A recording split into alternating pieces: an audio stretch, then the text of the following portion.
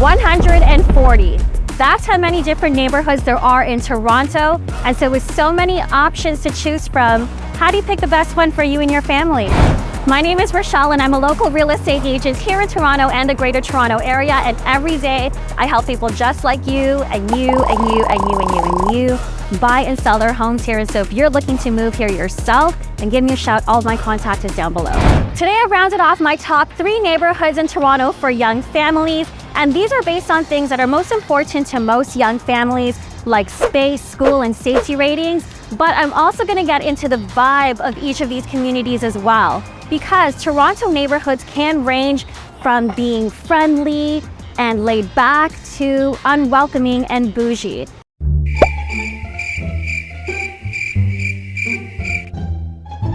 And so as a parent myself, I do want to make sure that you are comfortable and confident with the neighborhood that you choose to raise your family and kids. And so come with me as I take you to Toronto's top 3 neighborhoods for young families. We're going to get after it right now.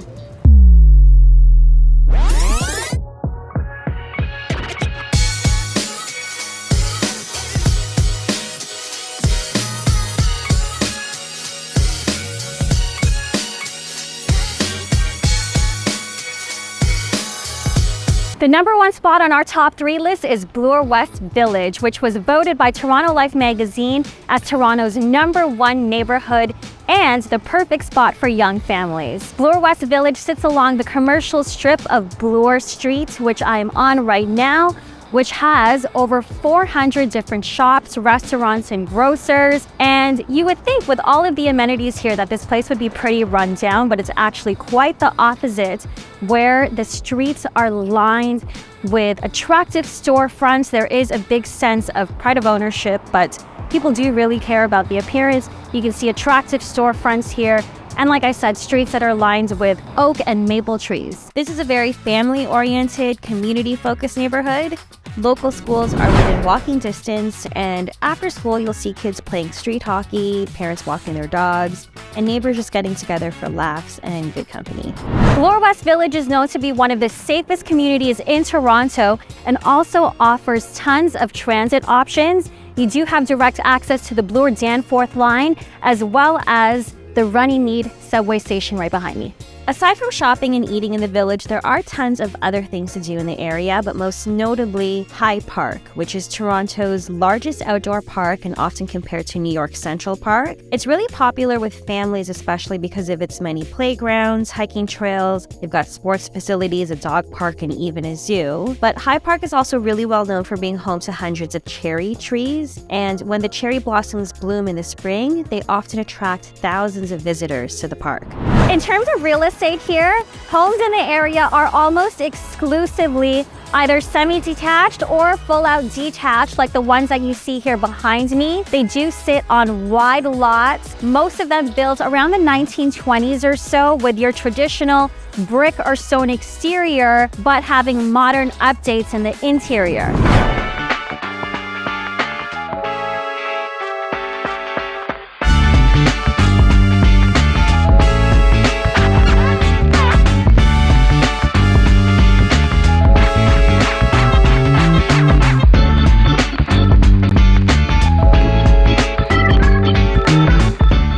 Now, the second spot on our top 3 list is the neighborhood of the beaches, because who wouldn't want to live close to the beach? Yes, it is Toronto, and so you're probably only going to get about 4 months of beach weather throughout the year. However, the overall vibe here is very nice, especially for young families who want to be in the city, but not somewhere where it's too loud and busy. So the atmosphere is a lot more tranquil here. People are a lot more laid back, I would say.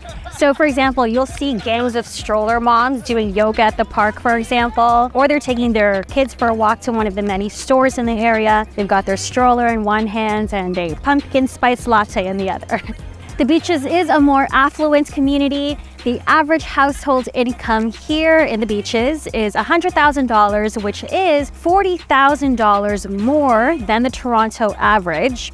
Another important thing to note is that the people here do value education. In fact, over 60% of the residents have a bachelor's degree or higher, and the community does reflect that with a lot of high-ranking schools in the area. Aside from water and sand, another popular attraction to the beaches is all the shopping along Queen Street East. Queen Street East is a dense commercial district that has a lot of urban character. So you'll find tons of shops, restaurants, and services, a lot of them having some sort of nautical theme to them. In terms of real estate, the overall look and feel here is more like a beach town than it is a big city. And so you are going to have a beautiful variety of homes to choose from.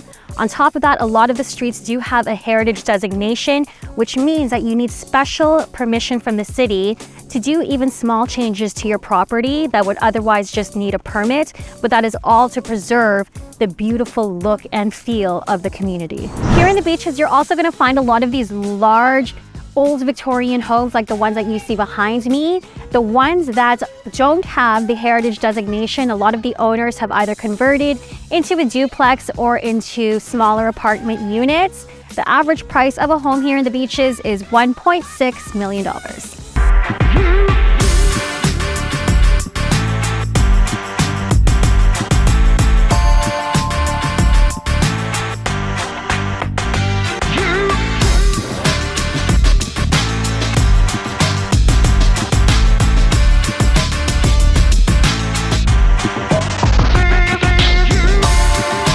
So the next neighborhood on our top 3 list is right here in Riverdale. And the reason that Riverdale made the top 3 list is because there are tons of things to do here for families. Take, for example, where I'm at right now, which is Greektown.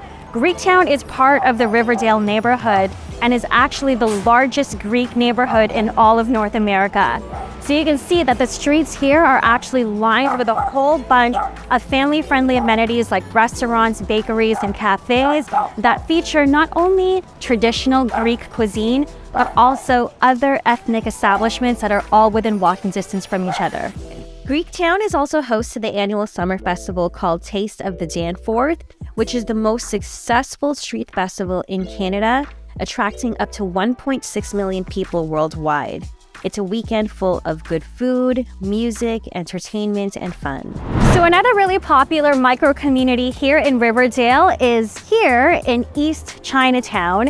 So this is not the main Chinatown of Toronto at Spadina and Dundas. It's also only a couple blocks large. However, it is known for being a lot less crowded, cleaner, and easier to find parking.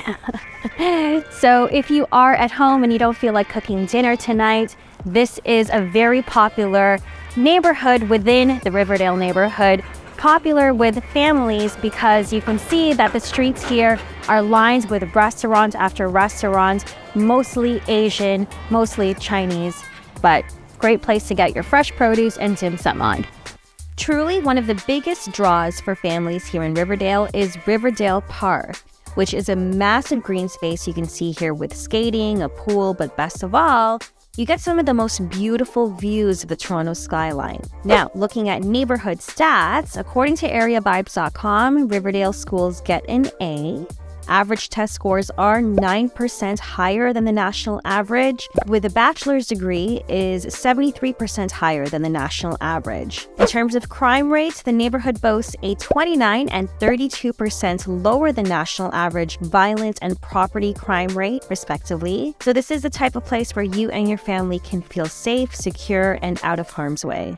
So in terms of real estate here, the homes in Riverdale are not cookie cutter. You basically have a really wide variety of styles of homes to choose from. So for example, you will find your traditional red brick home, some which have been gutted completely and then modernized, some in their original condition. You will also find a whole bunch of bungalows here that basically sit right next to historic multi-story estates. Basically, the name of the game here is variety. And so that is one of the main reasons that attract a lot of families to this neighborhood specifically, is because you do have a bunch of different styles of homes to choose from to meet your family's needs. And the average price of a home here in Riverdale is $1.3 million. And so there you have it. Those are your top 3 neighborhoods in Toronto for young families.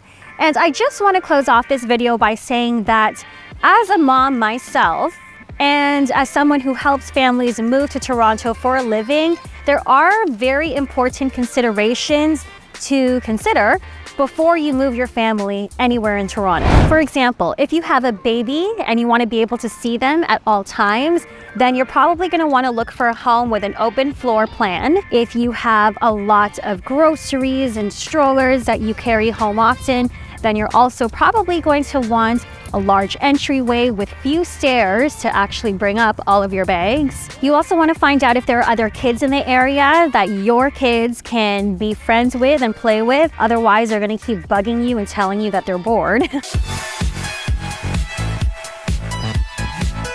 And a lot of people actually also undervalue a backyard. But this is the space for your kids and your pets to run around. And so that is another important consideration. You also want to get a feel for the parks and playgrounds in the area. Do they actually have working, clean swings and slides, or are the benches full of teenagers smoking pot? You guys partake? So these are all factors that people sometimes overlook when buying a home, but it is important to be prepared and actually evaluate what's important for you and your family. That said, I would be happy to show you options around the city that fit for you and your family's needs.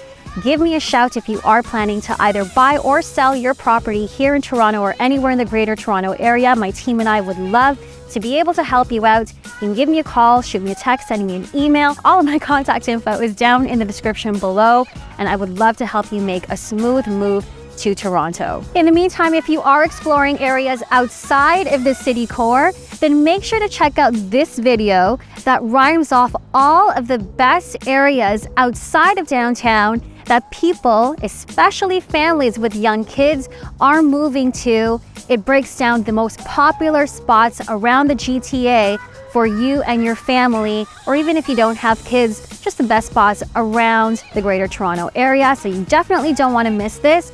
If you did get value from this video, then please don't forget to like and subscribe to the channel. I would really appreciate your support.